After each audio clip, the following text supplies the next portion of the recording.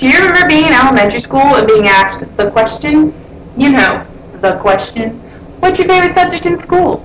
Any smart student would answer with, not math, and not English, but recess. I mean, come on, that was the creme de la creme of elementary school time. You were outside, running, playing with friends, not learning, but you were learning. You were learning how to share, how to work as a team, how to make executive decisions, like in dodgeball, and you just were burning off so much energy that you built up during the day. And this energy release is really important.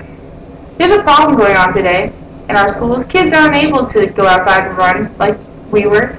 I mean, those were the best memories I can think of. And we have a huge problem in America, and it's called childhood obesity.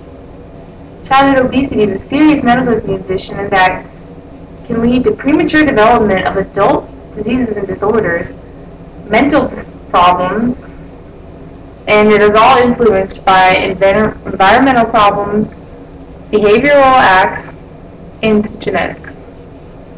I think it's important to talk about this topic because my family is overweight.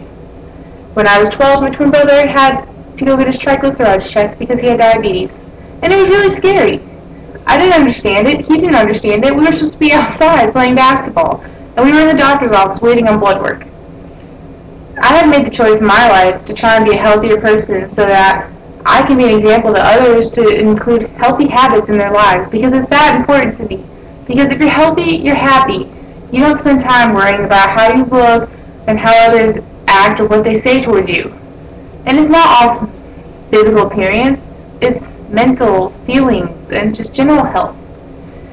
I'd like to talk to you so that you can know the signs and symptoms of childhood obesity, how we can reduce the risk, and how we can instill healthy habits in our children. If you have children, this is vital information for you. If you're a teacher, this is very important information. The Mayo Clinic defines childhood obesity as an excess amount of body fat. The CDC, Center for Disease Control and Health Problems, just defines it as a result of caloric imbalance.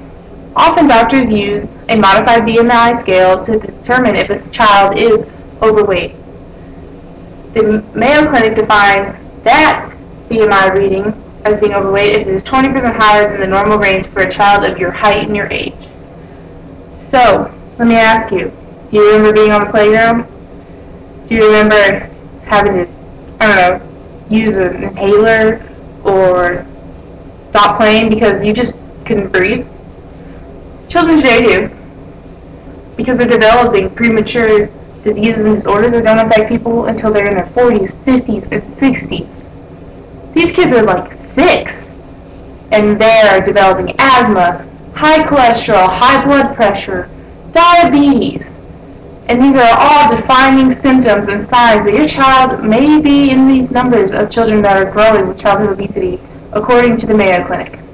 There's also psychological effects, depression, low self-esteem, and social problems because kids are mean. Kids make fun of other children, and it hurts children who are developing and trying to find a sense of self. The Mayo Clinic also suggests that children today eat more and play less. This is a huge problem because I know that I couldn't wait to get home from school and play outside with my brothers and invent new games and go on adventures. I mean, it was the best part. The kids today are influenced by environmental factors, like the fact that the TVs showcase all these great new games, all these great new TV shows coming out, and they don't want to go outside and play when they can just easily access entertainment. And our society supports that. We support selling. I mean, we support our money, and it's coming off on our children's health.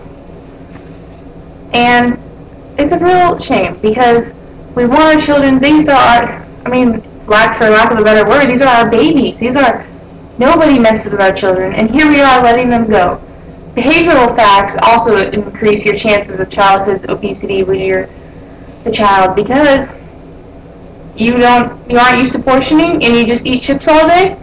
That's a behavioral act that will count against you, and if you choose not to go outside and play, or if your child just doesn't like to play and be active, that's another behavioral consequence that can lead to consequences of childhood obesity.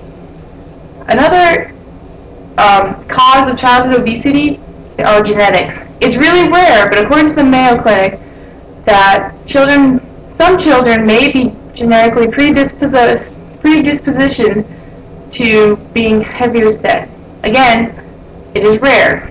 The CDC also states that we need to get on this case now because its 30% hike in the last 15 years. So I ask you, did you have fun building your imagination in the jungle gym, being princesses, warriors, kings?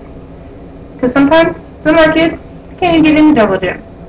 And I think we need to do things to make things better. Be examples. Because we had a great childhood, so why can't they? I mean, they deserve it. They didn't do anything wrong. They're young children. They're our babies, and we should really let them live as children, and we should do everything that they need for help. So think about it.